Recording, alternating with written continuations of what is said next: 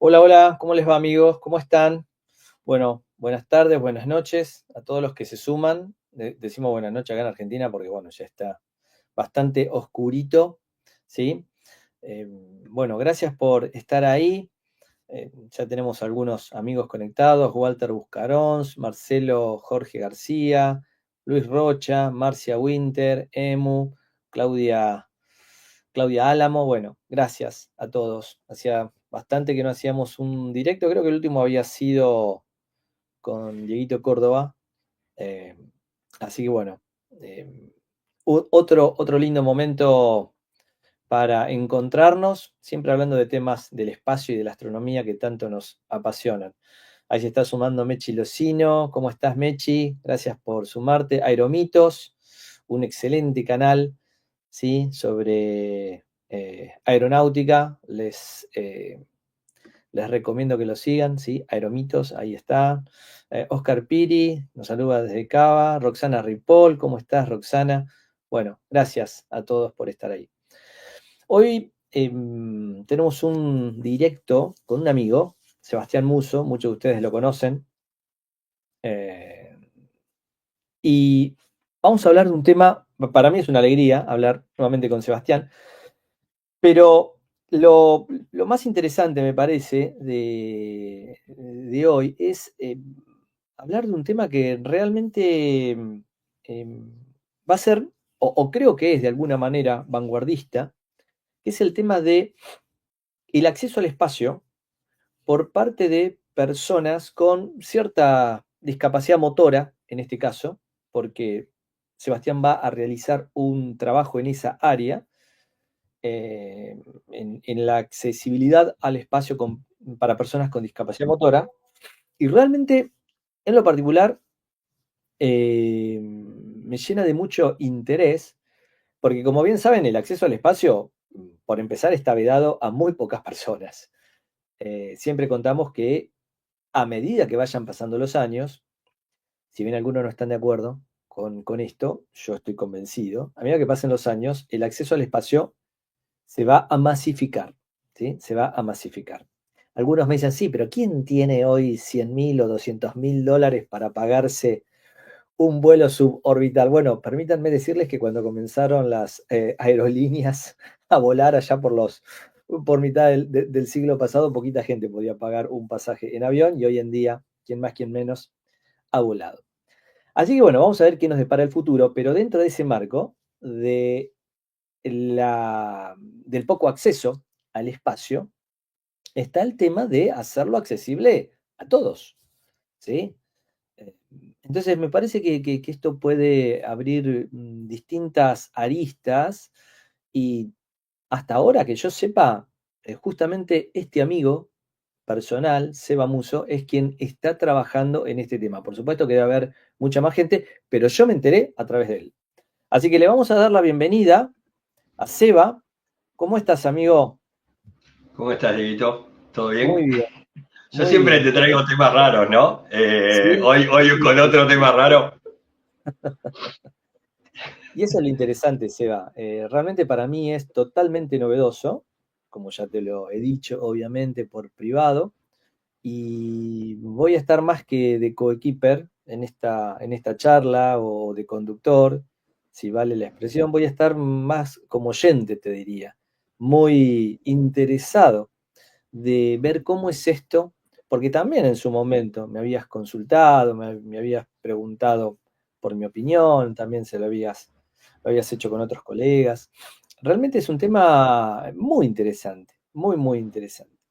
Así que con mucha atención te vamos a estar escuchando, ¿sí? Hay gente, como vos sabés, Seba, que siempre se suma por vez primera. Entonces, con esta mini presentación que voy a hacer, para mí, Sebastián es uno de los mejores divulgadores, como decíamos hoy en la intro, en la propaganda que hicimos de este directo. Para mí, Seba es uno de los mejores divulgadores de habla hispana en divulgación científica, particularmente en la astronomía, aunque debo decir que Sebastián ha indagado en otras áreas también, en otras áreas científicas, y es una maravillosa persona. Así que Seba, con esta intro que para mí es importante, me gustaría que vos te presentes, ¿sí? ¿Quién es Sebastián Muso y cómo es que este marplatense comenzó a trabajar en el tema de la divulgación, que también haces? Bueno, ya tenemos que primero arrancar confesando edad, porque esto de la divulgación lo hago hace un montón de tiempo. Eh, Di mi primera charla a los 12 años, tengo 48, así que cada uno haga sus cuentas. Normalmente siempre digo unos 30 y pico, 30 años, me quito algunos años de divulgación porque no sé cómo sería al principio, ¿no? Seguramente era bastante curioso cuando vos y yo comenzamos muy chiquitos a hablar de astronomía. Intuimos que ahora lo hacemos un poco mejor, con algunas mayores herramientas y con una experiencia a cuestas y demás. Calculo que hay una diferencia de esos inicios. Pero bueno, nada, Ya desde sabemos, aquel. ya sabemos qué funciona y qué no. Claro, o lo podemos intuir bastante, ya la prueba y error ya en muchos casos está hecha. Eso es lo que hago, ¿no? Hacer divulgación de la astronomía tiene que ver con buscar distintos espacios, distintos canales, distintos formatos para acercar, en este caso, lo que nos interesa a nosotros, la astronomía, la exploración espacial, a todos los públicos posibles. Yo trabajo con chicos chiquitos, trabajo con docentes, trabajo con el mal llamado público general, trabajo igual que vos, a veces me toca con adultos mayores, trabajo con personas ciegas, bueno, voy haciendo distinto tipo de traducciones, ¿no? De adaptar el contenido científico, que tiene su léxico, tiene su formato cuando los científicos deciden compartir entre ellos sus investigaciones. Bueno, esa traducción de distintas maneras para llegar a, creo que hoy por hoy, más que transmitir conocimientos, que claramente lo hacemos, tratar de despertar la mayor cantidad de vocaciones posibles, de inspirar a más gente a que siga buscando por otros canales que no siempre somos nosotros, información de astronomía y que se maraville del mismo modo que nosotros de una época preciosa que nos ha tocado para contar estos temas, ¿no? Quizás muchas otras épocas fueron preciosas, ¿no? Ser divulgador en la época de Galileo debe haber estado muy bueno, ser divulgador en la época de la llegada del hombre a la luna hace 50 años debe haber sido genial, pero bueno, ya casi que entrando en tema de lo que hoy nos convoca, creo que estamos en un momentito bisagra de la exploración espacial, que está bueno poder contextualizar,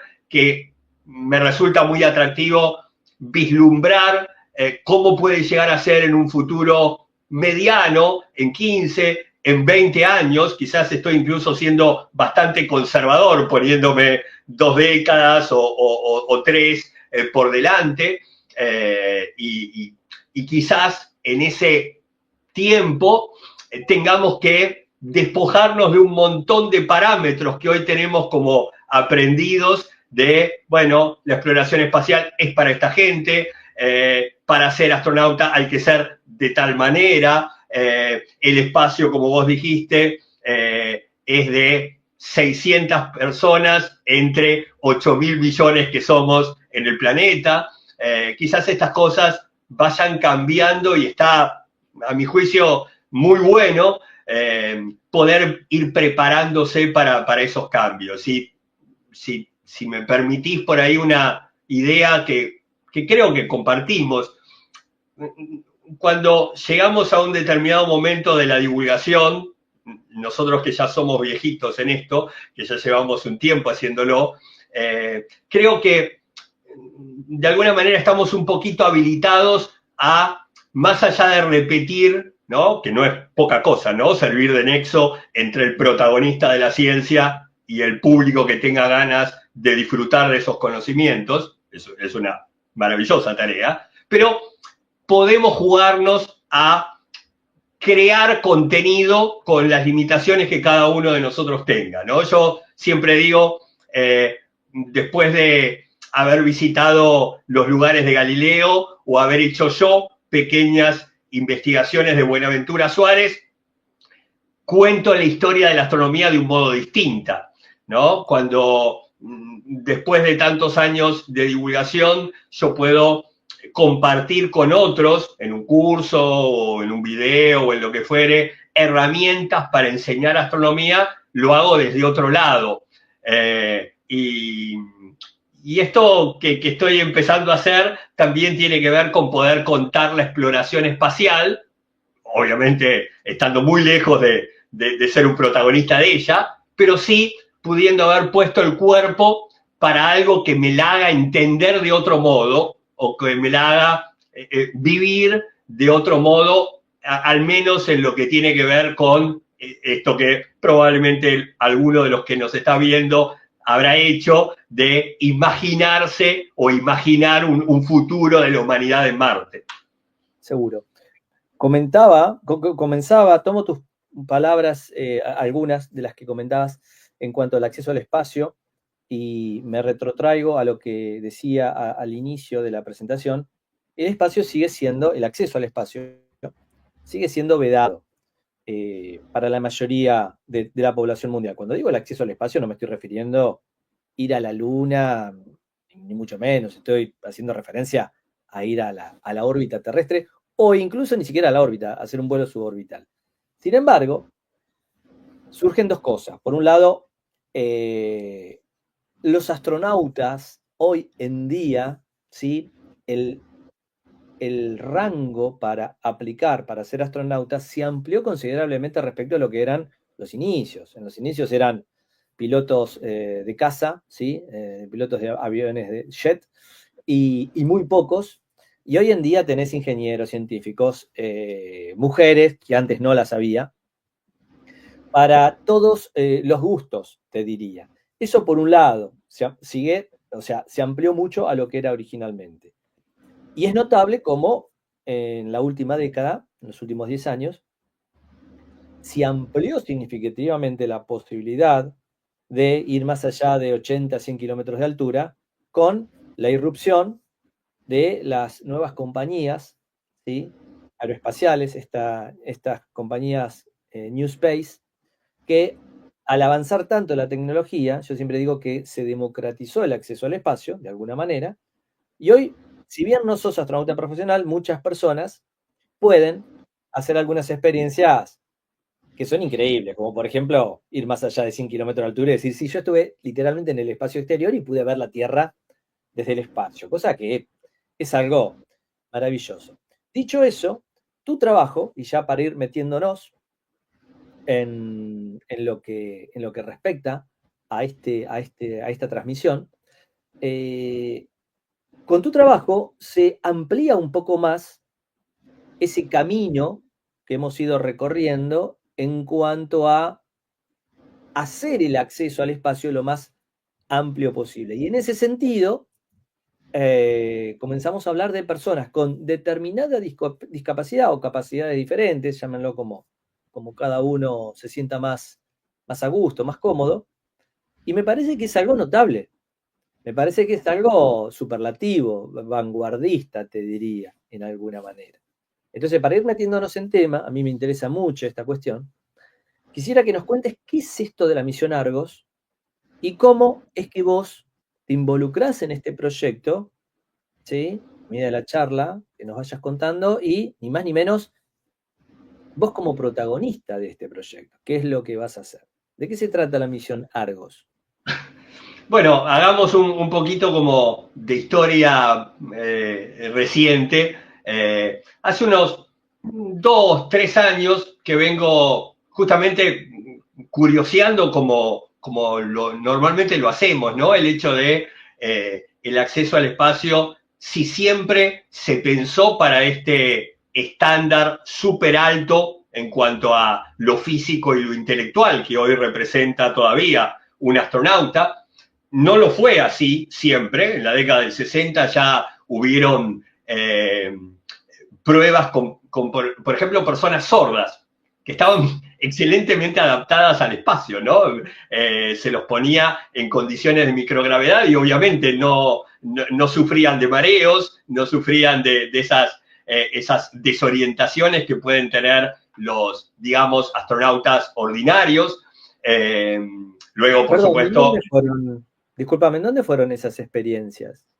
Fueron en la NASA. La NASA reclutó a unas 14 personas sordas para hacer trabajos previo al programa Mercury, Gemini, Apolo, ¿no? El programa que nos llevaría a la Luna. Por supuesto, como vos bien decís, luego no se eligió nadie en esa condición para protagonizar esa aventura, sino que fueron personas, vuelvo a la lógica de hipercalificadas en lo físico y muchas veces incluso en lo intelectual para convertirse en astronautas. Pero ya tenemos en el germen de nuestra exploración espacial, a alguien se le ocurrió esta idea. Pero perdón, te voy a matar a preguntas, te voy a estar cortando, lo que no hay que hacer, pero te voy a estar cortando. Está muy bien. ¿Hicieron vuelos parabólicos Hicieron algunos vuelos parabólicos, hicieron todos los experimentos en las centrífugas que estamos acostumbrados a ver en los entrenamientos de astronautas, hicieron actividades en pileta, como simulando estar en microgravedad. Se los puso a prueba como se pone a prueba a un candidato a ser astronauta. No estaba al tanto. Y los resultados fueron muy interesantes. Bueno, después se abandonó esta idea.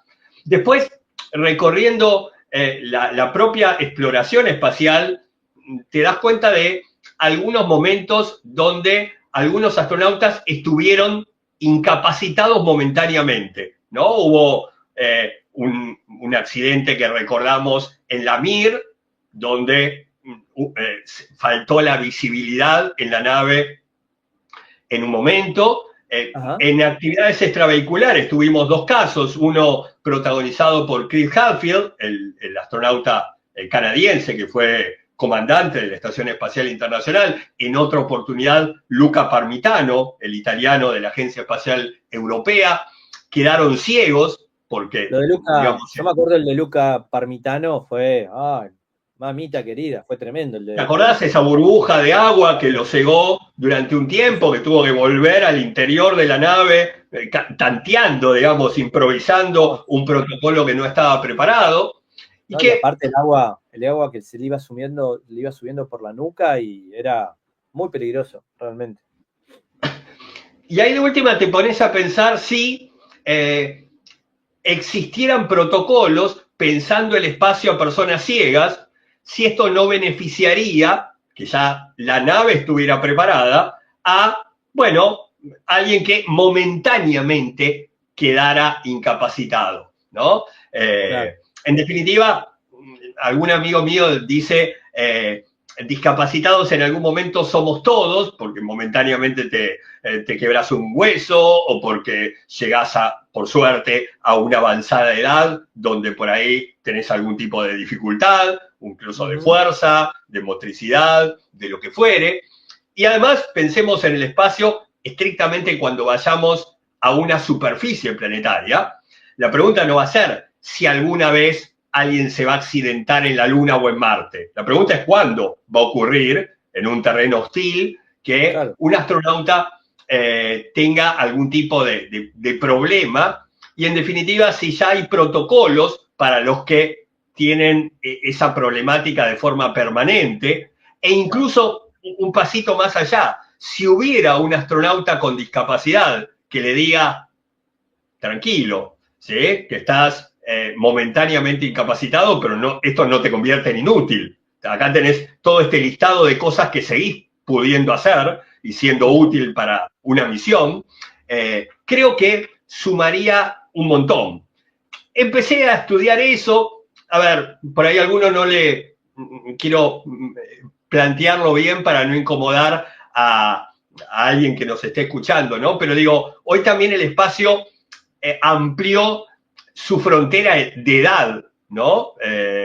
Donde hace muy poquito bajó Pesquet, el astronauta francés, con casi 80 años, y ha ido antes Glenn, está bien, Sí. de esos cuerpos perfectos de su momento, pero ya con una avanzada edad a una segunda misión, y está bien solo en un vuelo suborbital, pero lo tuvimos a William Shatner también con 80, o a Funk, a esta mujer que se dio el gusto luego de no formar parte del Mercury de la NASA en ir con una avanzada edad al espacio, ¿no?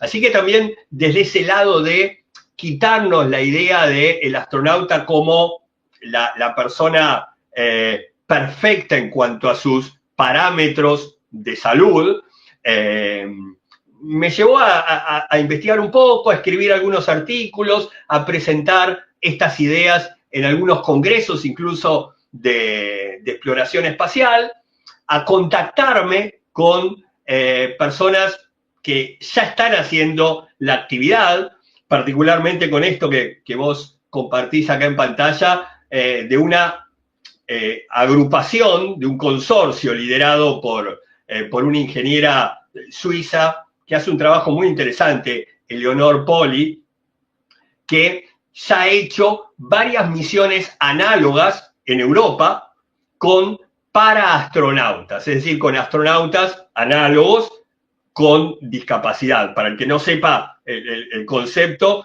un astronauta análogo es alguien que simula en un hábitat, en determinadas condiciones, un trabajo como si estuviera en una superficie planetaria, como si estuviera en una nave espacial.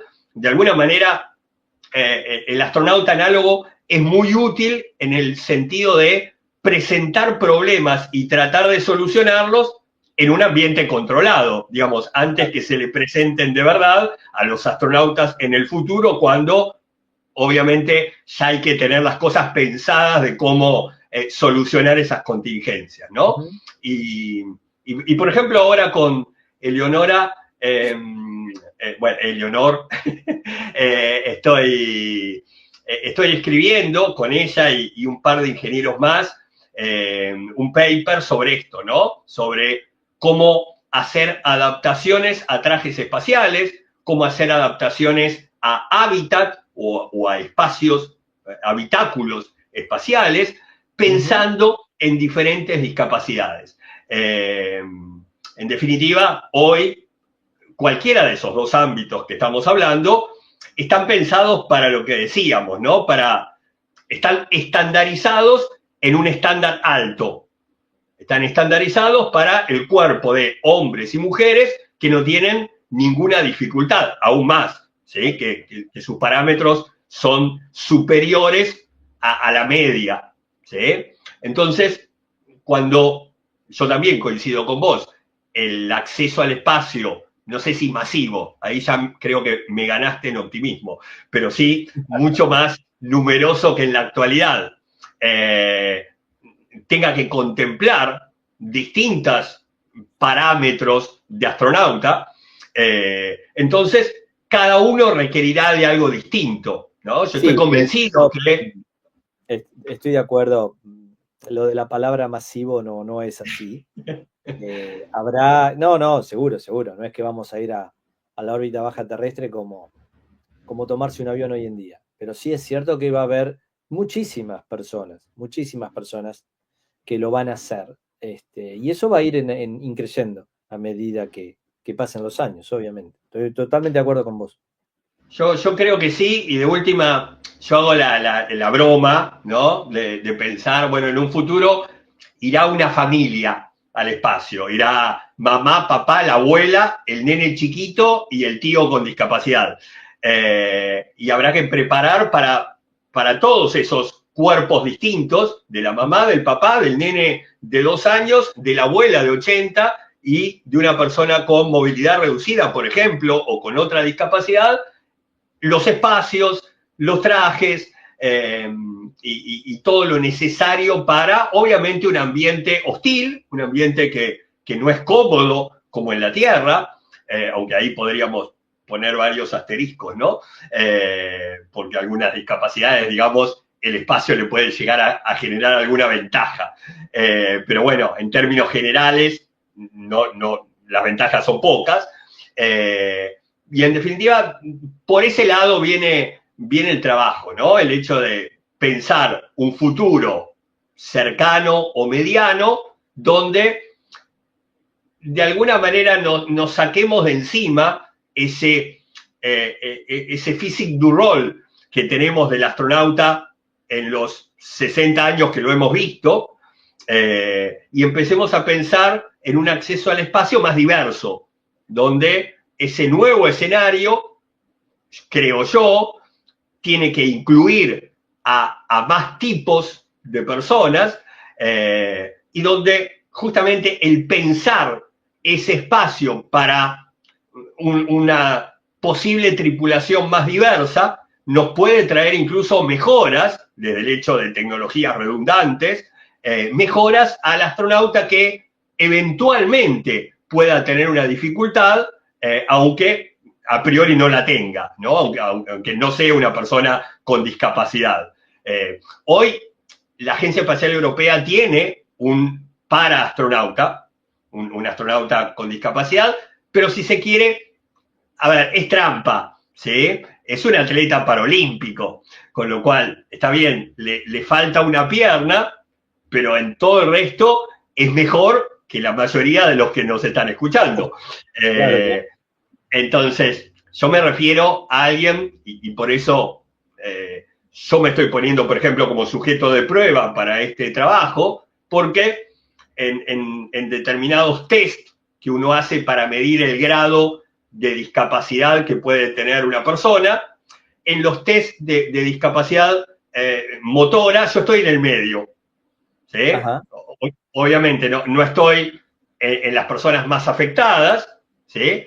Ni en las que podría entrar este paraastronauta, ¿no? Donde su dificultad motora es muy poca y la compensa con creces con el resto del cuerpo que le funciona de forma superlativa.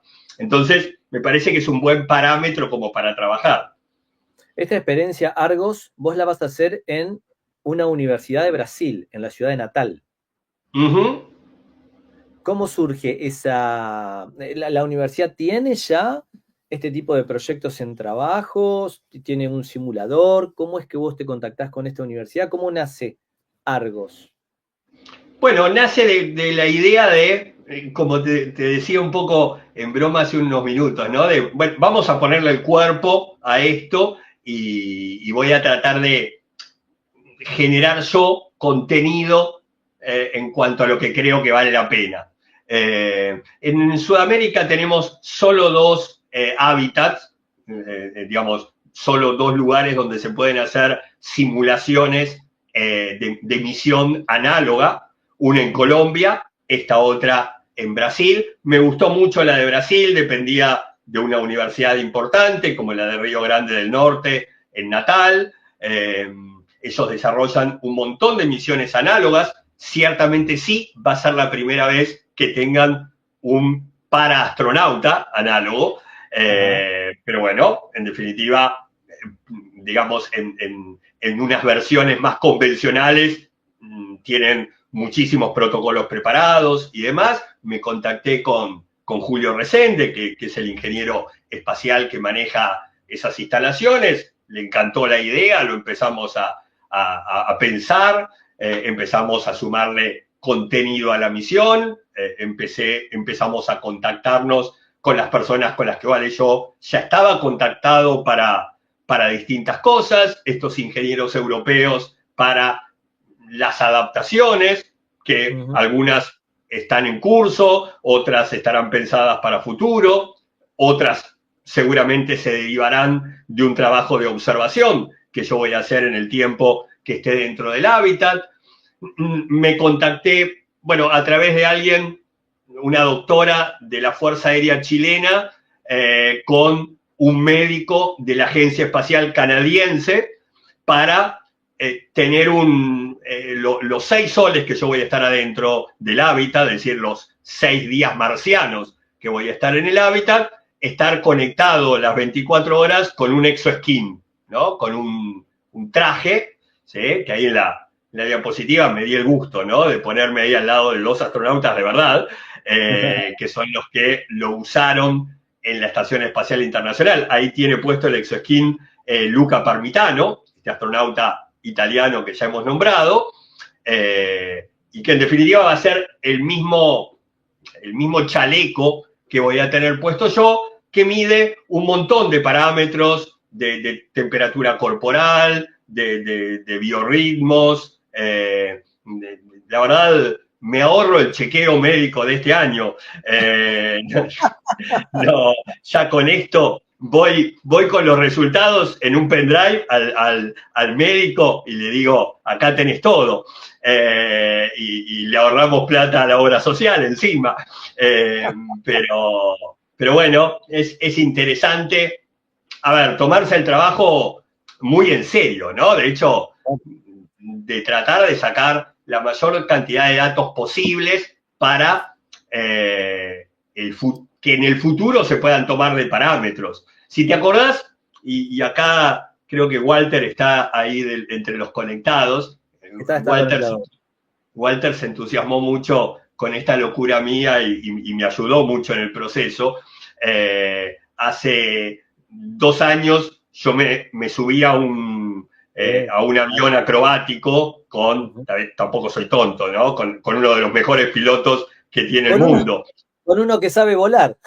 Con uno que sabe volar, ¿no? Con un piloto de Red Bull, con Jorge Malatini. Y precisamente en todas esas vueltas de loops, de todas las acrobacias que hicimos, que hizo Jorge, que yo estaba adelante, medimos parámetros de aceleración de unos 4G positivo y negativo, que son comparables, vos lo sabés, a algunos momentos de un lanzamiento, ¿no? Y esto era muy preliminar, eran como las primeras cosas que yo pensaba al respecto, pero tenía que ver con esto de decir, bueno, y si una persona con una discapacidad la ponemos en una nave, ¿realmente puede salir? ¿Su cuerpo puede responder de forma satisfactoria a aceleraciones como las que se sufren en un lanzamiento. Bueno, al menos en esos 4G preliminares, y vos me dirás, bueno, cuando llegues a 20G hablamos, obviamente, pero bueno, en los 4G iniciales, que son una buena parte de lo que podría ser un lanzamiento, no tuve ningún problema, ¿no? Y eso fue como un primer trabajo, luego vino un trabajo dentro de una pileta con buzos y haciendo justamente actividades de microgravedad o de gravedad asistida. Todavía me queda hacer algunos trabajos con pesitas, ¿no? Para simular la gravedad de Marte, el 1/3 de la gravedad terrestre. Y ahí intuyo, por ejemplo, que la gravedad marciana me ayudaría en cuanto a fuerza, a hacer cosas que en Tierra no puedo, y seguramente me complicaría en cuanto a estabilidad, ¿sí? El no estar tan anclado como en la gravedad terrestre. Y eso seguramente dentro de poquito lo tendré que hacer, esas pruebas controladas en pileta para, bueno, medir otros parámetros que obviamente en un hábitat que sigue estando en Brasil, que sigue estando a la gravedad terrestre, eso no lo puedo hacer, ¿no? Ahí dice Walter, y sí, es así. Dice, ojo que en un lanzamiento al espacio, la fuerza G es menor que la sufrida con Malatini. La fuerza G se sufren mucho en los descensos, ¿no? En los regresos a Tierra. En los ascensos, sí, es entre 3 y 4G, así que sí, tal cual, como dice Walter, ¿no? Ya estás más que capacitado para que te metan en un, como decía el gato y el zorro, para que te metan en un cohete y te lancen. Claro, tal cual. No estoy capacitado para volver, pero para subir sí. No, pero qué experiencia hermosa, la de Malatini te diste, sí, un lujazo, no cualquiera. Sí, sí, la verdad muy lindo. Y bueno, y ciertamente, a ver, esto probablemente sea interesante, ¿no? El hecho de empezar, como vos dijiste, un proyecto de investigación. Es una pequeña investigación muy novedosa que a muchos les puede resultar incluso hasta ridícula, innecesaria. Digamos, las agencias espaciales siguen teniendo miles de aspirantes y muy pocos para elegir, con lo cual todavía muchos pueden suponer de que no es necesario ampliar esos cupos a una mayor diversidad. Y es entendible incluso por ahí esa idea también. Pero arrancar con esto es que uno de los mejores pilotos, si no el mejor que tiene Argentina, se lo tome muy en serio y me ayude con esa propuesta. Un equipo de 4 buzos se metan en una pileta con 10 metros con 30 metros de profundidad a seguir una actividad que yo les proponía, ingenieros de Europa, un médico de agencia espacial canadiense que diga, me interesa un montón que vos te pongas este traje y medir tus parámetros bajo estrés, bajo esfuerzo físico, en reposo, y compararlo con lo que yo, por supuesto, tengo de astronautas u otro tipo de pacientes en distintas condiciones. También te entusiasma en el hecho de poder compartir una aventura de trabajo, una aventura de repensar el espacio con ayudas muy necesarias de gente que en cada uno de esos temas es mucho mejor que yo. Acá dice Walter que te pregunte si le avisaste a Malatini que te vas a Brasil, a Natal, a hacer esta experiencia. No sé si le avisé a Malatini. Tengo que mandarle un mensajito y contarle, o le cuento a la vuelta.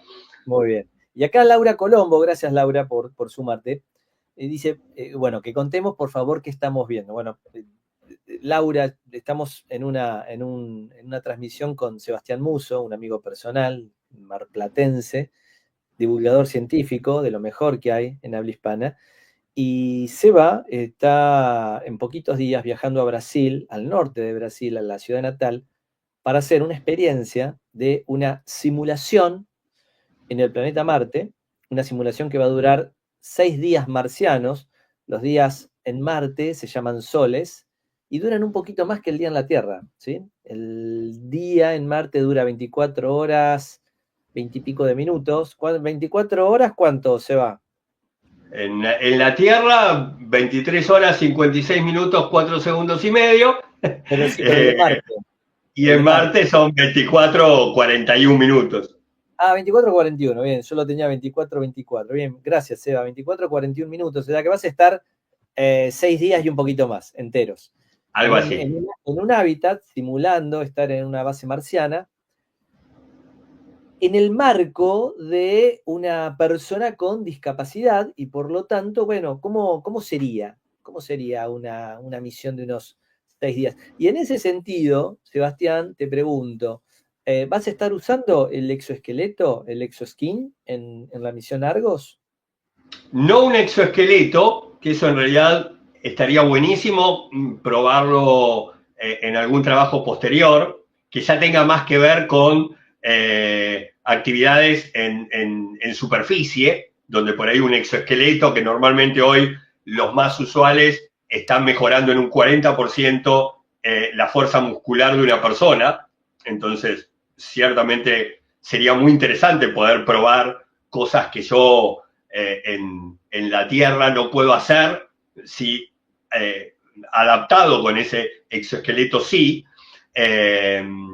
pero sí voy a tener el exoskin, voy a tener el chaleco que mida parámetros médicos. Ese lo voy a tener puesto todo el tiempo. Muy bueno, muy bueno. ¿De qué se trata esta diapositiva que nos está acompañando? Primero podemos contar la anterior, que no la contamos y que tiene que Tenés ver razón. con un Cuénteme. trabajo que voy a hacer como, me parece también muy interesante, ¿no? Yo no quería poner, si bien el acento está puesto en la accesibilidad de la misión, que no fuera lo único que voy a hacer. Entonces, estoy trabajando con Lorenzo Bartero, que es de una empresa, en realidad es una consultora, impactos ambientales, es una consultora del área de residuos en Argentina. Estamos trabajando justamente el hecho de cómo gestionar residuos en un espacio cerrado, que inicialmente yo lo pienso en un hábitat marciano o lunar, ¿no? Pero cabría pensarlo en, no lo sé, una mina en Catamarca, en nuestro país, o en cualquier lugar donde yo no pueda decir, llevo los residuos a este lado y los guardo ahí, ¿no? Como ahora Bueno, parece que... esto tiene que ver, Sebastián, es importantísimo lo que estás marcando. Acá está el impacto de la investigación. Viste que siempre nos preguntan, ¿y en qué impacta? ¿En qué me ayuda la Claro, investigación espacial en la vida diaria? Bueno, acá tienen, en gestión de residuos, por ejemplo, ni más ni claro, menos. porque a ver, bueno, no sé si hoy o ayer, por estos días, Jeff Bezos propuso toda la basura y toda la industria contaminante llevarla a Marte, ¿no? Y dejar a la Claro. Tierra como un paraíso donde podamos vivir felices mientras reventamos el segundo planeta que hayamos reventado en el sistema solar. No me No, pareció una extraordinaria idea.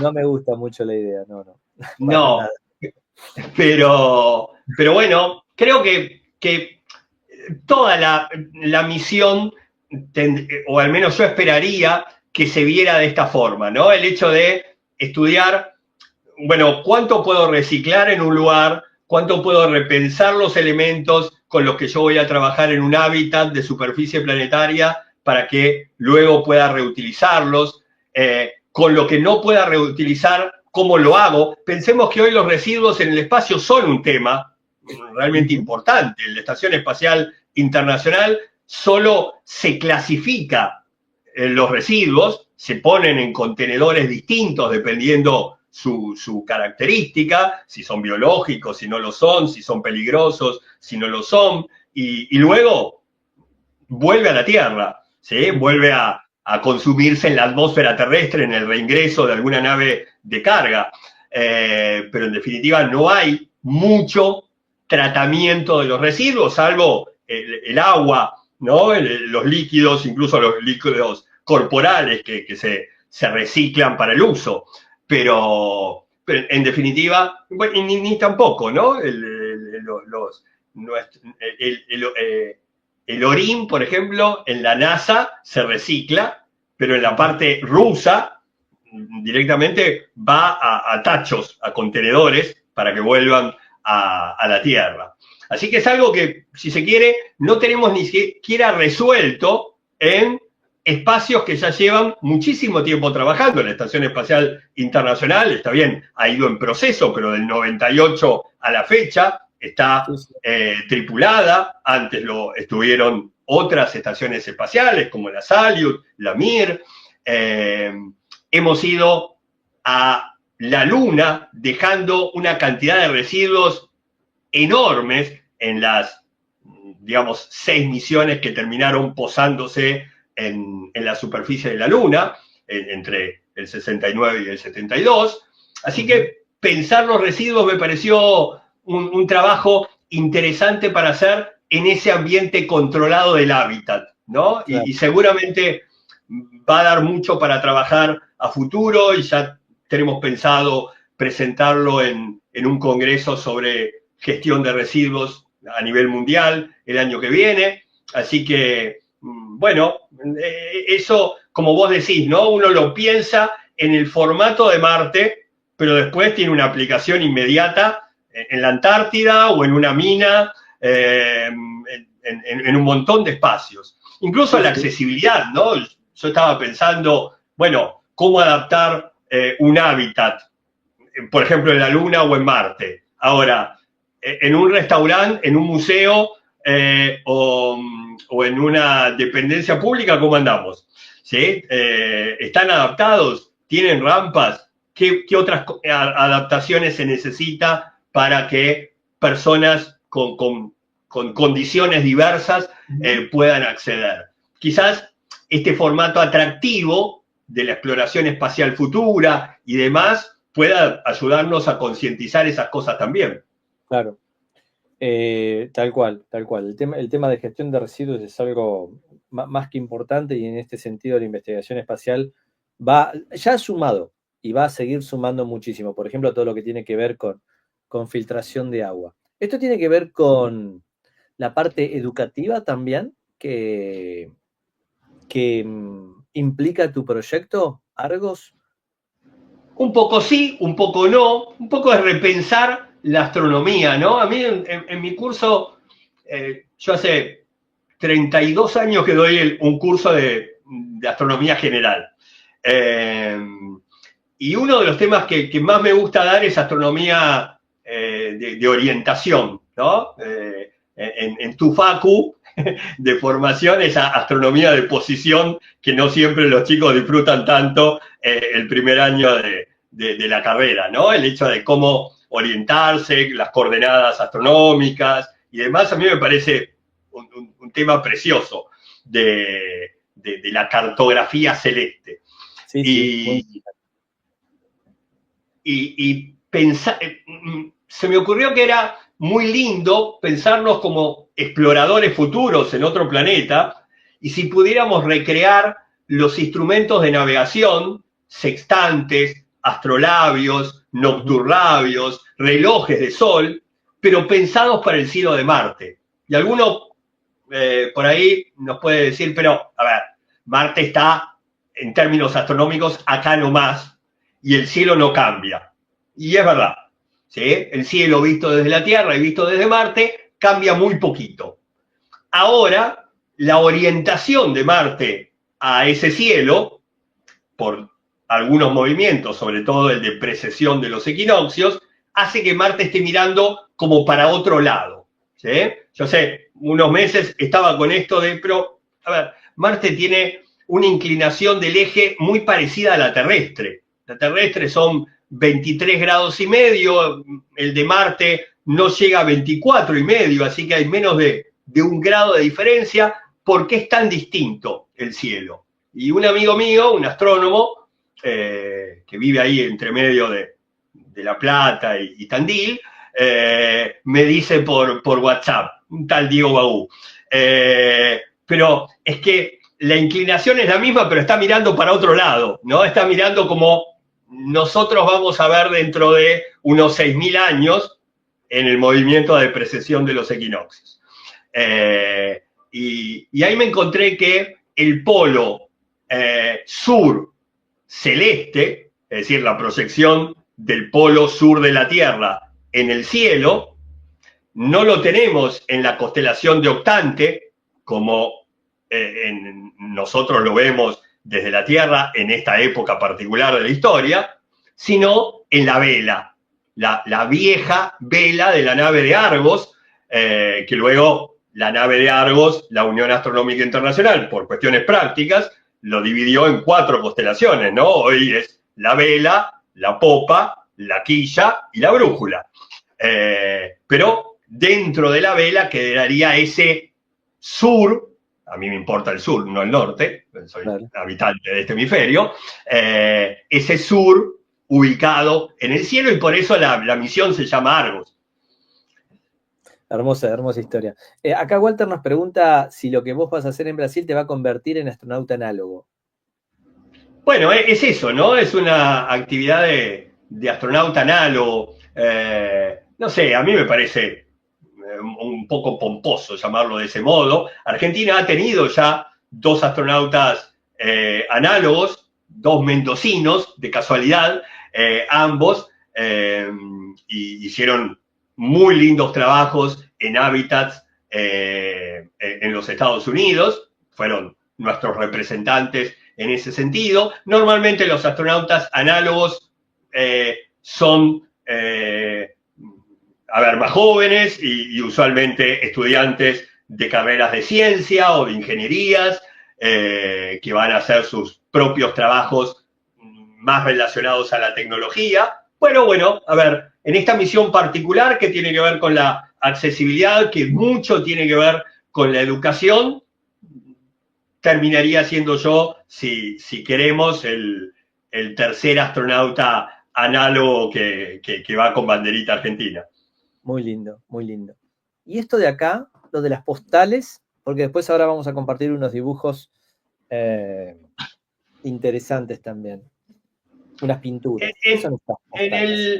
En el trabajo de divulgación, a mí hace muchos años, estoy hablando de por lo menos 10 o 15, me ha interesado mucho el mostrar a la astronomía relacionada con otros saberes, ¿no? Yo sé, porque lo hemos charlado en privado, ambos coincidimos con esta idea que a la ciencia en general, a la astronomía en particular, le ha hecho mucho mal que se la muestre como algo superior, ¿no? El mostrarla como algo superior, difícil, para pocos, elitista. Lo único que ha logrado es alejarla de personas que a priori dicen, bueno, entonces esto no es para mí, esto es para un grupo de superdotados que se juntan en una facultad y a los cuales no pertenezco. A mí me gusta mostrar que la astronomía es parte de la cultura humana, ¿sí? Quizás una de las primeras manifestaciones de la cultura humana. Claro, otra vez, algún divulgador en una de las últimas entrevistas que le hicieron, le preguntaron qué era la astronomía y dijo, es una de las ciencias más antiguas y más modernas al mismo tiempo, ¿no? Y me pareció una definición fantástica que hiciste, porque es verdad. La astronomía normalmente la tenemos relacionada a los agujeros negros, las naves espaciales, los enormes telescopios, pero también la tenemos que relacionar, y mucho más tiempo fue eso que esto último, con un palo proyectando sombras, una pintura rupestre, una construcción orientada a algún punto cardinal para que me permita armar un calendario y saber cuándo sembrar, cuándo cosechar y cuándo rezarle a algún dios para que no se me enoje. Y eso de 35.000 años, donde podemos poner los orígenes de la astronomía, a hoy, lo tecnológico fueron los últimos, con suerte, 200, ¿no? La astronomía fue resultado de una necesidad humana. Y cuando digo necesidad, humana, me refiero a cuestiones de vida o muerte. Claro. Ese es el resultado de la astronomía. La astronomía de agujeros negros, de cosmología, etcétera, etcétera. Como bien dijiste, es de los últimos, el último pestañeo humano en este derrotero cósmico. Pero el verdadero núcleo de la astronomía es resultado de una necesidad humana. Y por eso siempre insisto que la astronomía tiene una cuestión mucho más antropológica que científica con el ser humano. La astronomía por eso es que nos llama tanto la atención el cielo. Lo traemos en nuestros genes.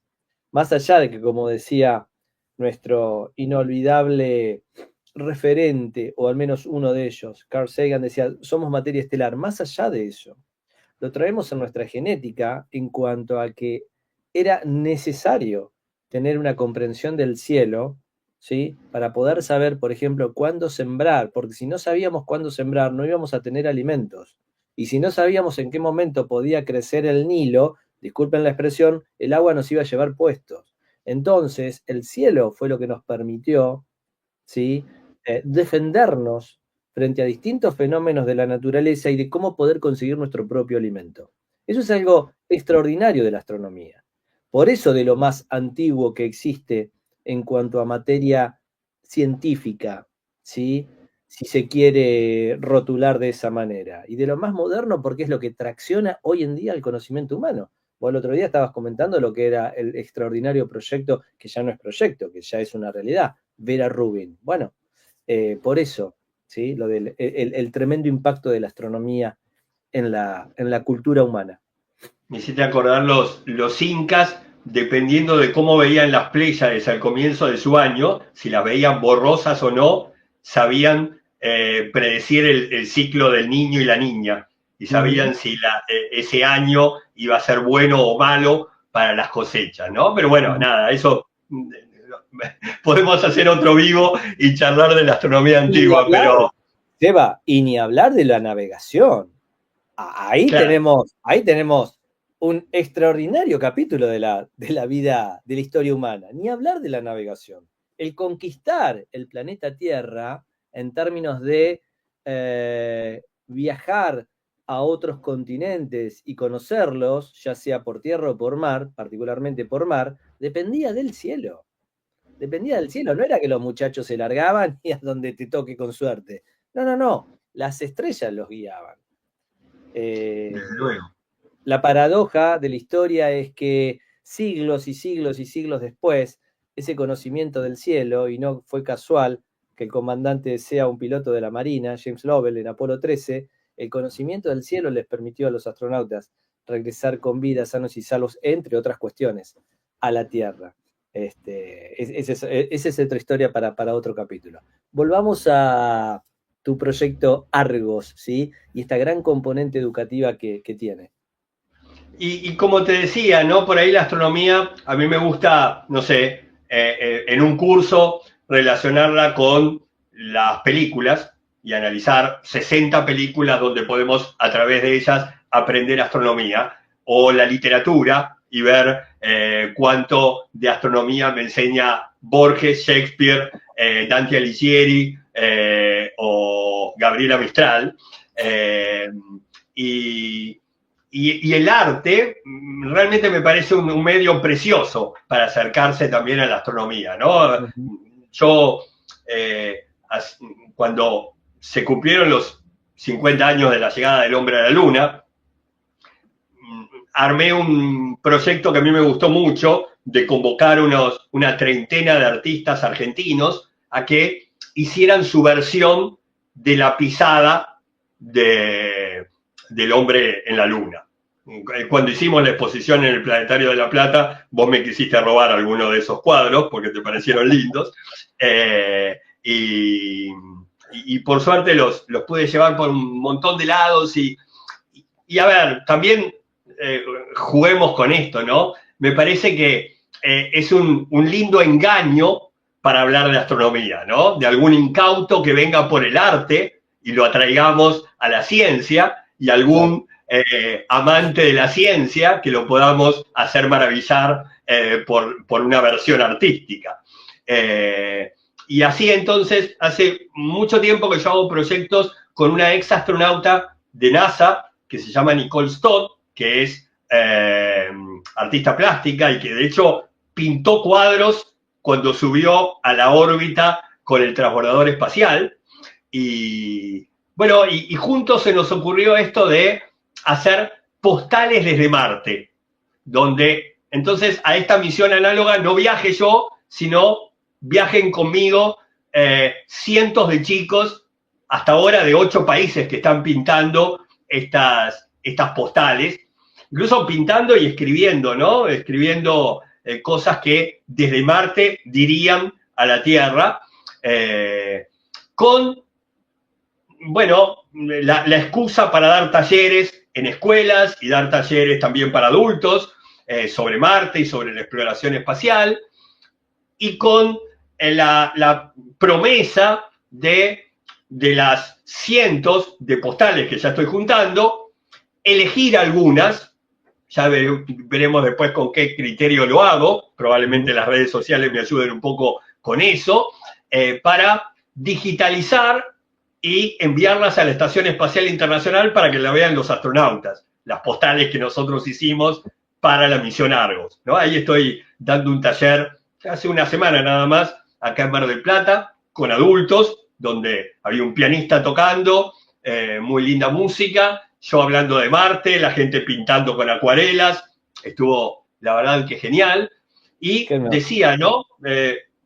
Algunas de esas postales llevarlas digitalizadas a la Estación Espacial Internacional y otras, seguramente un número más chiquito, ponerlas en una cajita y que suban al espacio, es decir, que crucen los 100 kilómetros arriba de nuestras cabezas a bordo de una New Shepard, una nave de Blue Origin, y bueno, será lo más cerca que yo esté del espacio de verdad, ¿no? Nunca que digas sea... nunca, nunca digas nunca. Hasta ahora sí. Hasta ahora sí. Pero nunca digas nunca, Seba. Pero bueno, creo que, a ver, más allá de la broma, nuestro lugar es otro, digamos, nuestro lugar es el hecho de contar estas maravillas y demás, y a mí ya me entusiasma esto, ¿no? De poder tener este pequeño acceso al espacio con un proyecto que he generado yo.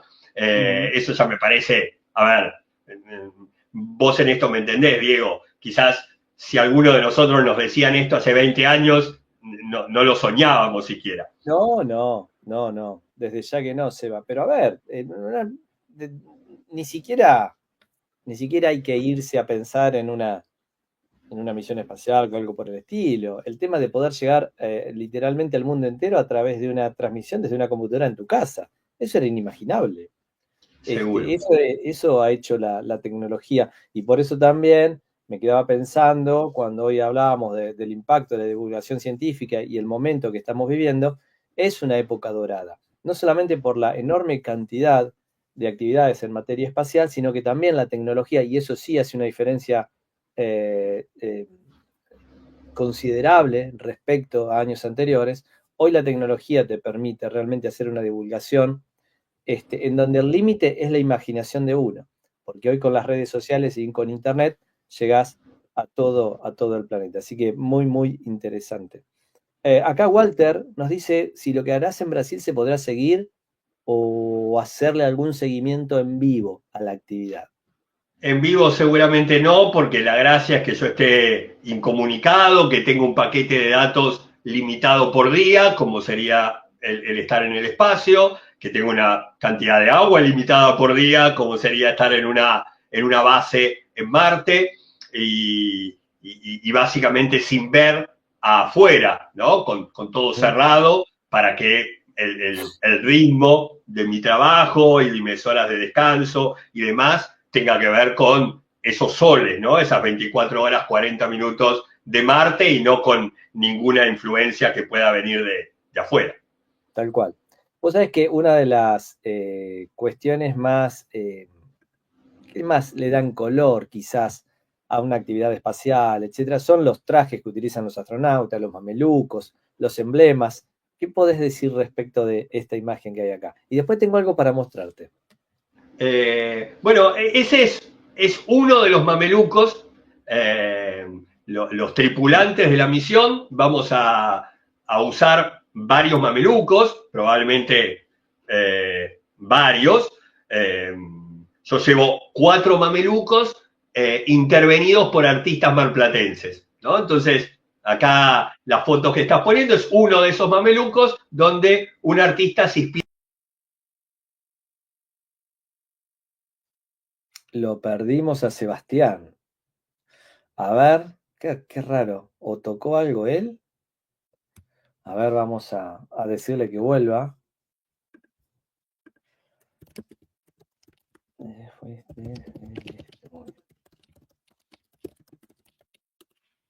A ver, vamos a ver si lo podemos retomar. Muy interesante lo que está comentando. No, yo lo que les quería, a ver si ahí está nuevamente. Ahí está. Ahí estoy de vuelta, perdón. No sé, me sacó. Estabas entrenando para desconectarte del mundo. Tal cual. No, decía bueno, que varios artistas empezaron como a inspirarse con cosas del espacio. Uno de ellos me está armando un mameluco que tiene que ver con sellos postales relacionados a la astronomía y la astronáutica. Otro me está haciendo uno todo en cómics y otro con cohetes reales y ficticios. Y me parece lindo, ¿no? Seguramente con las postales de los chicos, con estos 4 mamelucos que yo voy a usar en la misión y con algunos dibujos que dibujantes profesionales de distintas partes también del mundo me están haciendo sobre la misión. Seguramente va a haber una exposición futura que intentaré que sea lo más itinerante posible, que sigamos teniendo este trabajo como una excusa para hablar del tema de la exploración espacial, de la accesibilidad en la exploración espacial y de Marte, desde luego. Ahora vamos a compartir esos dibujos y quiero que nos cuentes quién lo hizo, etcétera, etcétera. Acá hay uno de un sello postal, Magia Arposta. Magia Arposta son los correos de Hungría. Y viste cómo somos los fanáticos del espacio y los que tenemos el tic o el TOC, mejor dicho el TOC diría yo, del coleccionismo. A mí se me juntan los dos, el TOC del coleccionismo, del hobbyista, y de amante del espacio. Y un clásico de los amantes del espacio es juntar sellos postales del espacio. Bueno, acá tengo uno de mis álbumes, ¿sí? Y te quiero mostrar algo. Los correos de Hungría se caracterizaron siempre por los sellos postales dedicados al espacio. Tienen una enorme cantidad, ¿sí? Te quiero mostrar algo, ¿sí? Acá hay varios, ¿sí? Sellos postales de... ahí arriba están, por ejemplo, los relacionados con el programa espacial soviético. Hay muchos, pero acá está el que te han hecho en el... a ver, ¿se ve ahí? Ahí se ve, ahí se ve. ¿Ahí? Sí, ahí arriba. Ahí arriba. Bueno, los correos de Hungría han hecho muchos sellos postales dedicados al espacio. Son preciosos, son preciosos. Otro que tiene muchos sellos postales es Dieguito Córdoba. Bueno, acá Sí, tenemos... yo tengo algunos, pero andaré, no sé, alrededor de los 50, es una colección muy chiquitita, pero ahí estoy. Acá tenemos otro. Qué lindos trajes vas a tener. Sí, sí. Hay otro, ¿sí? Me tengo que llevar viste que los astronautas llevan la camiseta de béisbol y todo, yo me tengo que llevar la del Ciclón. Bueno, ponele, sí, está bien. Sí. No, yo no te voy a decir que no. Llévalas, Bueno. sí, no hay problema. A ver, es en Brasil, la celeste y blanca no puedo llevar. No, llévala de San Lorenzo. No, llévala de San Lorenzo. Sí. No, porque te dejan encerrado. En lugar de 6 Claro, quedo ahí. vas a tener 500 soles en lugar de 6. Acá dice Marcelino, le voy a mandar un escaneo de las estampillas del Lusac y el Castor. Marcelino, estoy trabajando en el Sí, Lusac. señor. Marcelino, tenemos que hacer ese directo con el Lusac, que te lo prometí y no lo cumplí. Te pido disculpas, ya lo vamos a hacer. Lindo Bueno, tema, lindo. hermoso, hermoso. ¿Y estos dibujos, estas pinturas? Bueno, son dos pinturas. De hecho, una la usaste vos como portada para este video, que en este caso me hizo Verónica Pujalde, que es una artista marplatense. Ahí tengo en la foto de ella con sus propios retratos de los dos mejores jugadores de la historia del fútbol. Extraordinarios retratos, ¿eh? Muy lindos. Extraordinarios retratos. Y Hermoso. bueno, y ahí, bueno, se imaginó una misión donde yo estuviera en la superficie de Marte y en la siguiente me imaginó como astronauta, ¿no? Tengo los cuadros originales. Qué precioso, Sebastián. Qué recuerdo hermoso. Sí, muy lindo. Para vos. Es una caricia al alma, realmente. Sí, sí, es lindo. Algo muy, muy lindo. Acá tenemos otro. Esta es la pintura con la que.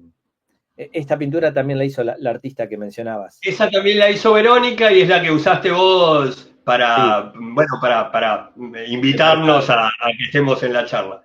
de portada, de portada. Este está muy bueno. Este es un caricaturista mexicano, Eduardo Rocha hace un trabajo precioso en ese país y me imaginó ahí con un artefacto medio extraño, ¿no? Pero una linda caricatura. Divino. Esta acá, Este llevándole es una margarita al sol.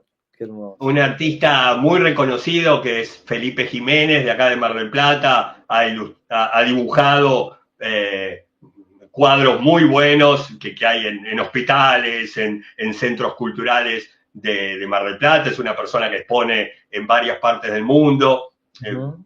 una persona muy reconocida que se sumó también. Y creo que me parece que tiene que ser el carácter de la divulgación de la astronomía, ¿no? Como decíamos, inspirar a que otras personas se sumen desde sus lados, desde sus vivencias y desde cómo los toca un determinado conocimiento. Seguro, seguro. Este está muy bueno también. Están muy buenos Este es todos. bueno, este El es mate, bueno. el mate. Claro, porque, a ver, Andrés Trías es uruguayo, así que compartimos el Ah, mate con él. compartimos el Eh, mate con el charrúa. claro, y bueno, el charrúa me hizo con mate. Si alguna vez tenemos un astronauta argentino, habrá que armar un dispositivo que se asemeje al mate para que pueda funcionar en microgravedad. Si Samantha Cristoforetti tuvo la máquina de café expreso y la taza de café para tomar en la Estación Espacial Internacional, un astronauta argentino tiene que tener una suerte de mate. Seguro, seguro, seguro. Ahí hay que hablar con alguna empresa correntina para ver si hacemos, o misionera, para ver Claro. si se hace algo. Este de aquí, Este de aquí es de Leo Batic, también un ilustrador fantástico, de fantasía, de personajes realmente increíbles, y me hizo una linda versión, ¿no? De un para astronauta análogo. con el Eh, Curiosity o el Perseverance atrás, está muy bueno. además, el toque, ¿no? De realmente estar en Marte, realmente estar con uno de los aparatos que cuánto nos enseñó del planeta rojo. Ujú. Muy, muy lindo. Y con este terminamos, este está muy bueno. Sí, sí, Ricardo Orona también es un caricaturista mexicano que me hizo ahí en el Planeta Rojo Seguro. bueno, por ahí un dato del futuro de la investigación, ¿no? Si algún día encontramos algún microorganismo que sea fosilizado en Marte, el dibujo tendrá un poco más de sentido. Seguro. Acá dice el heredero de Caldeiro con Spinetta de fondo en Valle Marineris. Un anime. Y Alejandro de Basto, de Santa Fe, nos dice: mañana pueden saber algo en High Tech de Odisea. No sé qué será Odisea. Bueno, cualquier cosa nos mandás un mensaje, Alejandro, para estar un poco más al tanto de eso. A ver, acá tenemos alguna, dice Emu, qué bonitas las pinturas.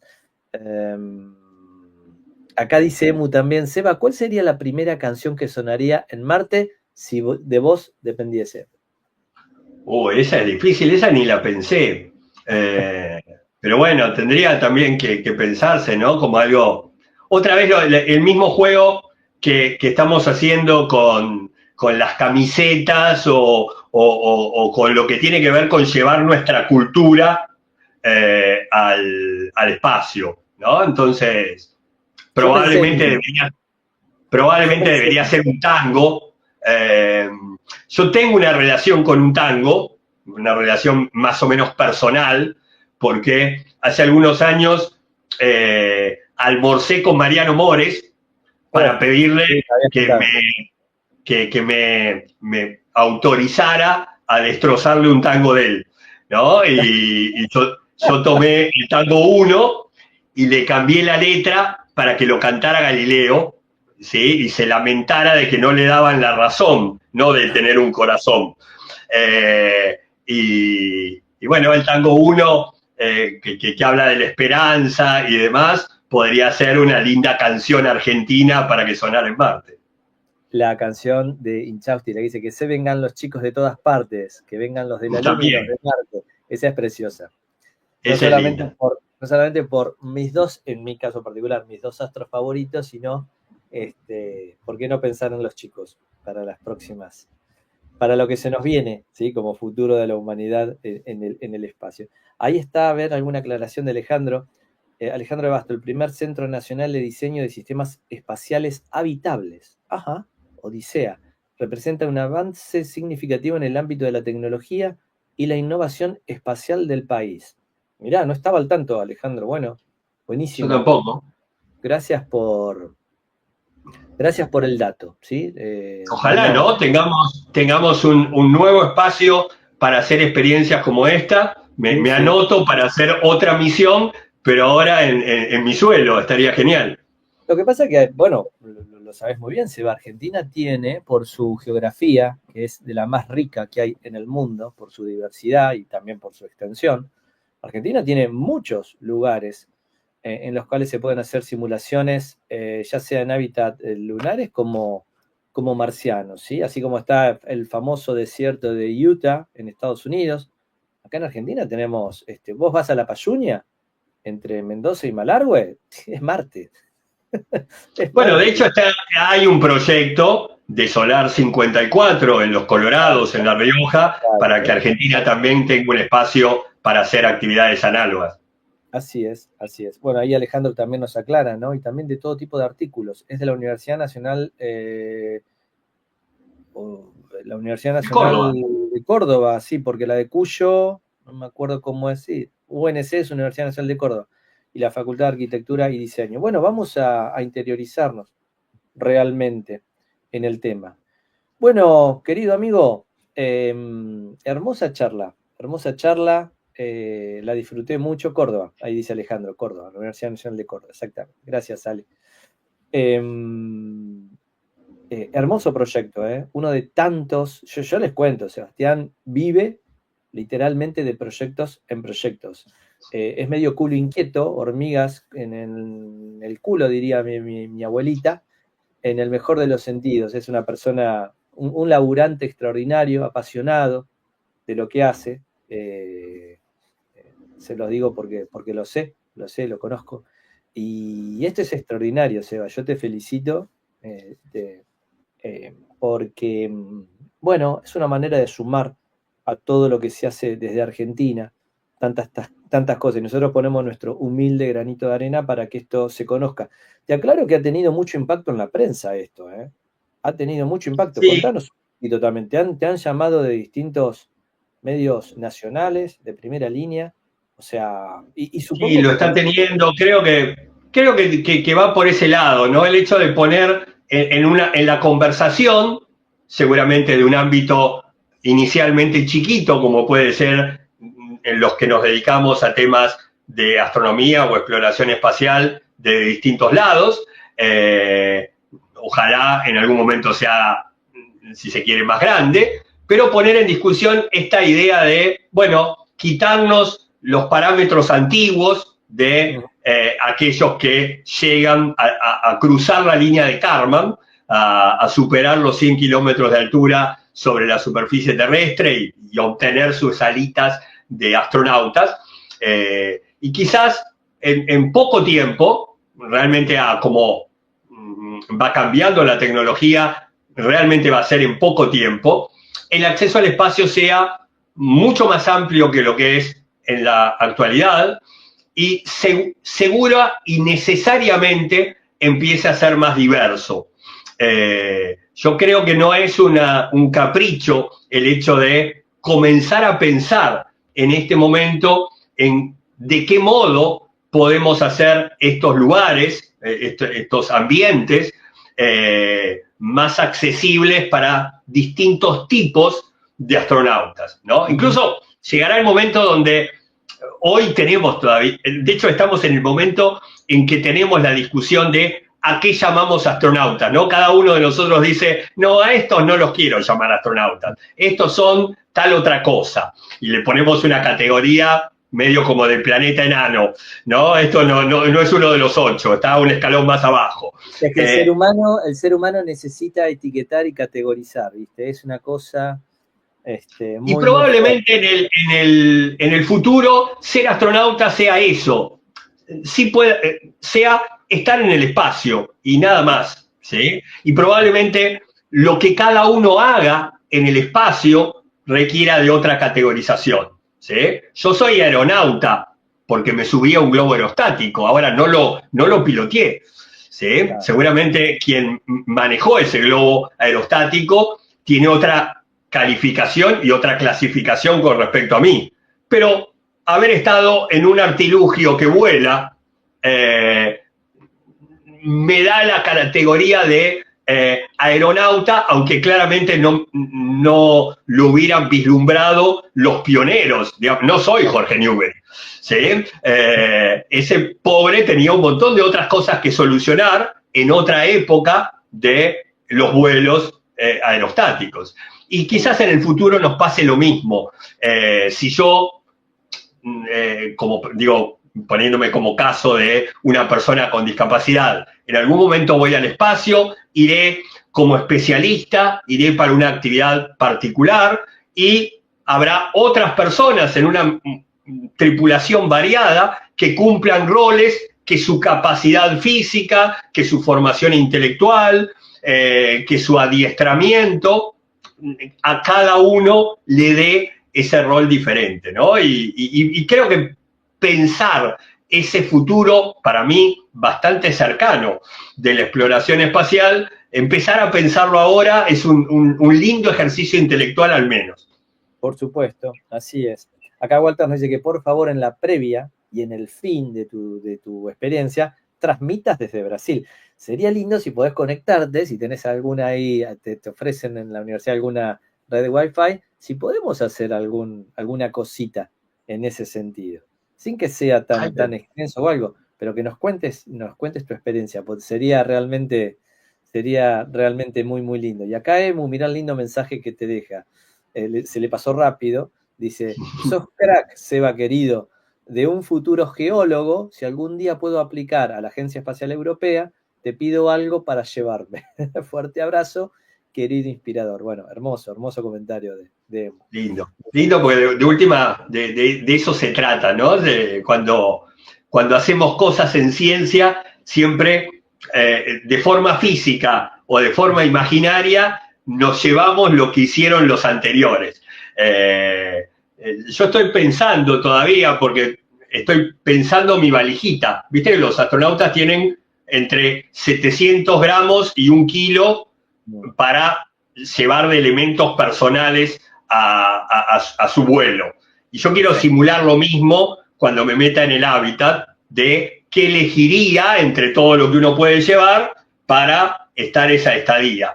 Es bastante pesado, pero en algún momento pensé que en mi valijita estuviera... Vos sabés que yo tengo un busto chiquitito de Carl Sagan y creo que Sagan en algo que simulara estar en la superficie de Marte le encantaría estar. Seguro.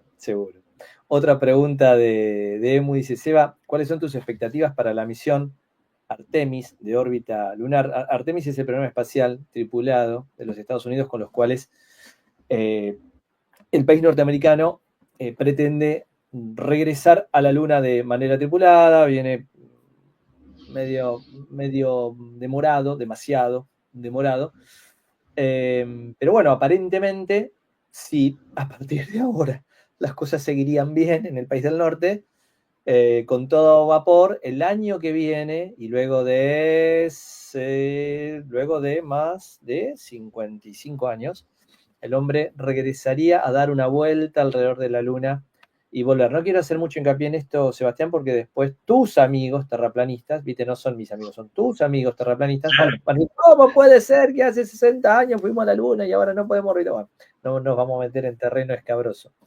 Pero bueno, ojalá Estados Unidos pueda orbitar nuevamente la Luna. Y esa misión es Artemis. Sí. Entonces, la pregunta es... Mis expectativas van por el lado que dijiste vos. Primero que se dé, porque viene muy demorado.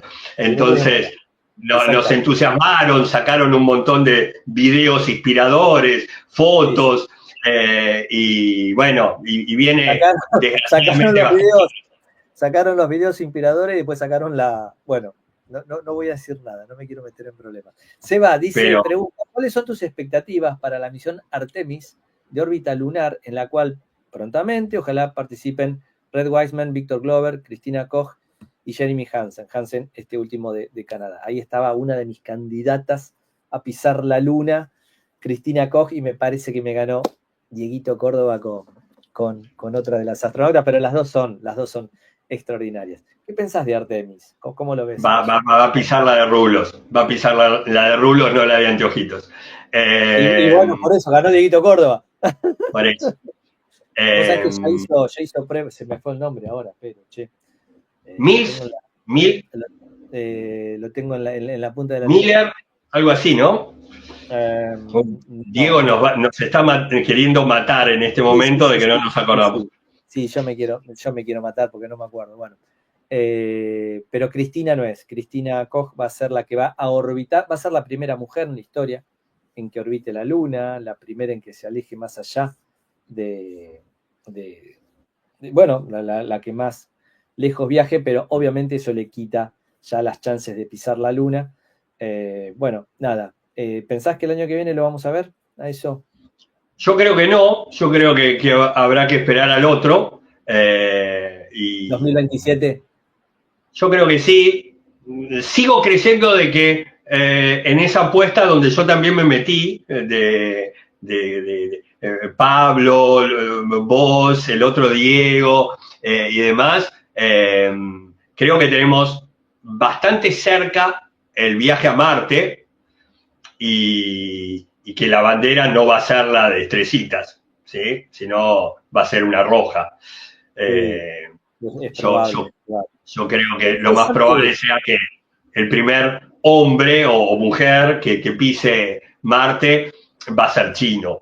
Y si uno lee el libro blanco de la exploración espacial china, los chinos están siendo prolijísimos de seguir a rajatabla sus planes, como lo hacen ellos, ¿no? Digamos, a futuro, pero a paso firme, pero muy seguro, y sin retrasos, los retrasos que desde Occidente le estamos achacando a Estados Unidos y sus socios, en este caso, ¿no? Digamos, el programa Artemisa es mayoritariamente Estados Unidos, pero también es Canadá, es Europa, Ventajas y desventajas de todo sistema político, que lo hemos hablado en más de un directo, en el cual en China, con una connotación que se puede ver realmente muy negativa, las cosas no se discuten, y en esa no discusión mantienen políticas de Estado a 50, 60, 70 años, y como dijo una vez, cuando desde Estados Unidos le quisieron mojar la oreja a China, salió el ministro de Ciencia y Técnica de China y con una sonrisa así muy tranquilita dijo, bueno, pero no hay apuro, China tiene 5.000 años de historia. Y se rotó la discusión.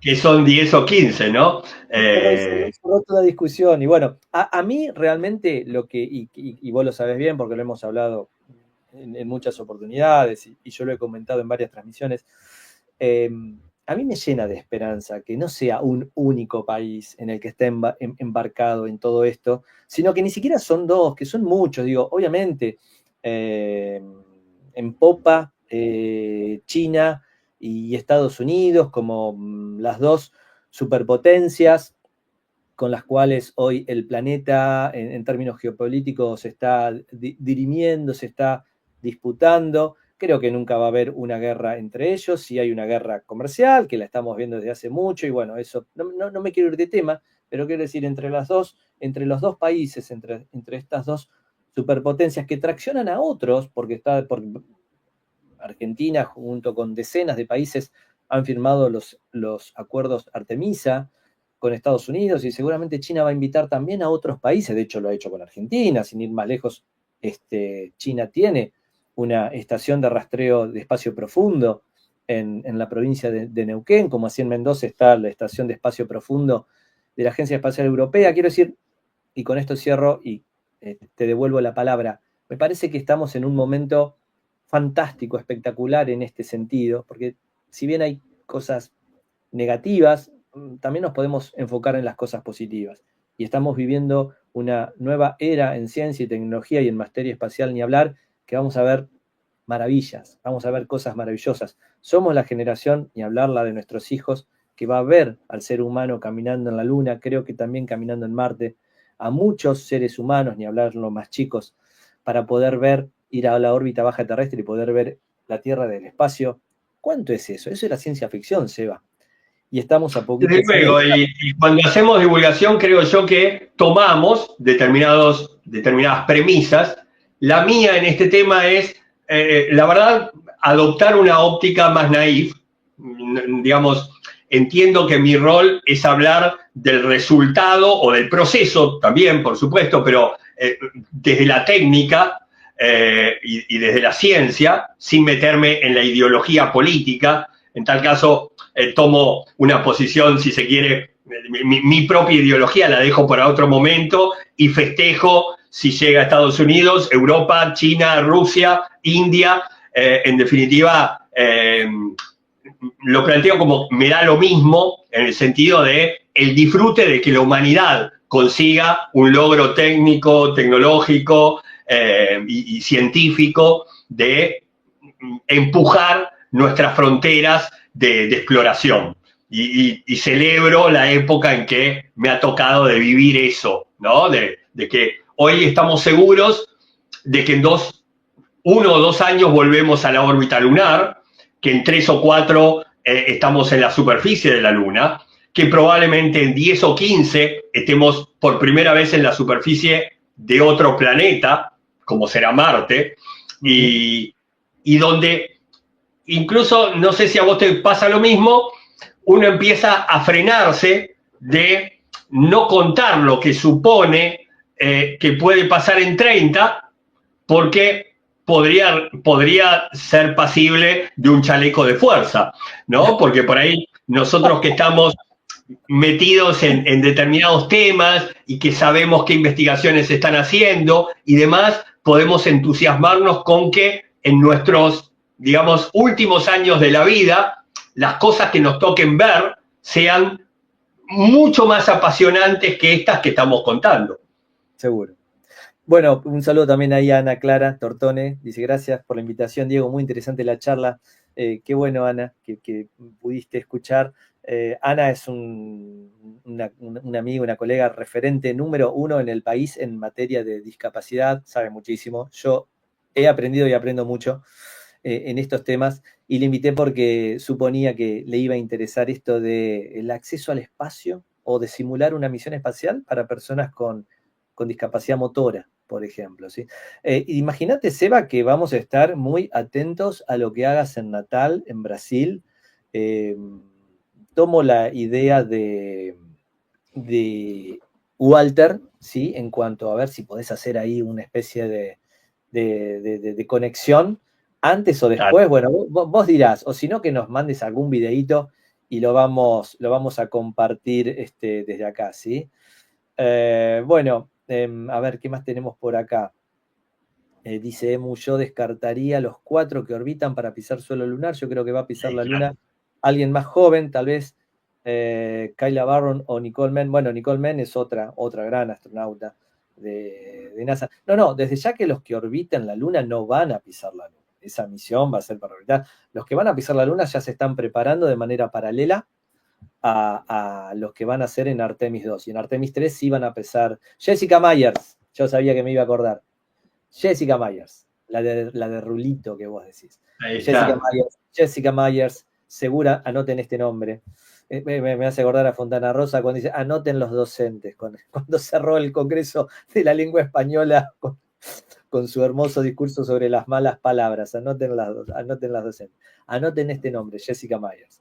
Jessica Myers va a ser la primera mujer, muy probablemente, que pise la luna. Y eso va a ser algo maravilloso y lo vamos a ver en menos de 5 años. Me emociona el solo contarlo. Imagínate, Seba, a las generaciones que va a inspirar esto, a la cantidad de chicos que va a inspirar esto. Va a ser un antes y un después, como fue el programa espacial Apolo. Yo creo que nuestro desafío, sobre todo, es el hecho de poder poner en caja cuán importante es este logro, ¿no? Para las generaciones nuevas que entienden que, bueno, está dado, debe ser fácil porque nací con esto, no parece tan distinto un jueguito de computadora o a una película de ciencia ficción. Realmente poder, poner en contexto, valorar lo que estamos viviendo, una época donde tenemos las dos aristas a la vez, ¿no? Una época donde, como dice Walter ahí en los comentarios, el año que viene se suma el 4.º país en tener todo redondito, ¿no? Cohete propio para llegar a distintas órbitas, nave propia para hacer un vuelo, en este caso tripulado, y tripulación propia. Eso solo lo tiene hoy Estados Unidos, Rusia y China, y el año que viene se sumará la India. La paradoja, Seba, es que India, por lo que se ve, por la inercia que traen, van a superar a los rusos. India tiene un programa lunar que está desarrollando, aunque... Sí. India va a llegar a la luna. Va a tardar más, pero van a llegar a la luna. Vos seguramente vas a coincidir conmigo, la próxima década va a estar signada por las estaciones espaciales. Estaciones espaciales La década de los 30 va a ser la del salto cuantitativo de la humanidad. En la órbita, ¿no? En la órbita con 3 o 4 empresas privadas, es decir, agencias espaciales privadas, como pueden ser Action Space, Blue Origin, SpaceX, Armadillo, bueno, distintas empresas privadas que ya están planificando sus estaciones espaciales, más China, que yo no lo veo abandonando la órbita, sino al contrario, haciendo estaciones espaciales quizás más importantes, sumar la Estación Espacial India, sumar alguna, bueno, si será Gateway alrededor de la Luna, genial, y si no, será alguna otra que Estados Unidos y sus socios planifiquen para luego del término de la Estación Espacial Internacional en el 2031.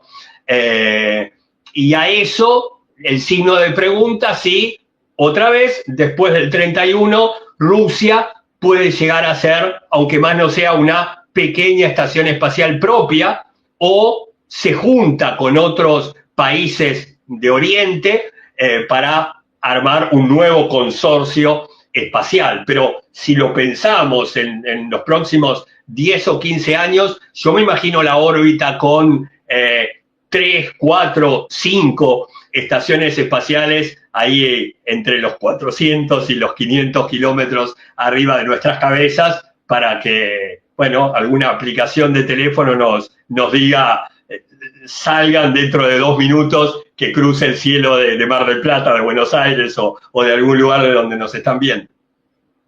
Bueno, amigo, un placer conversar con vos, ¿sí? Uno siempre aprende mucho. Igual. Gracias por tu tiempo.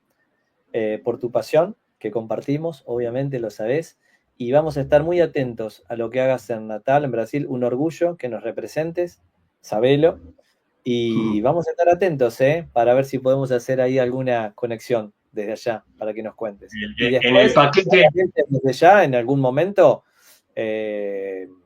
pasado toda esta misión, y eso haremos otro directo, tranquilos, para conocer todo lo que fue esa experiencia de Argos en esta simulación de Marte. prometo en el paquete de datos que tenga restringido mandarte algún mensajito de WhatsApp desde Marte. Al centro espacial. Tal cual. Bueno, no te vayas del estudio, así cerro la transmisión y te saludo luego en privado. Dale. Un abrazo enorme y muchísimas Abrazo gracias. y gracias, Leona. Gracias a todos ustedes por acompañarnos. Realmente un placer, como siempre, estar con todos ustedes. Chau y hasta la próxima.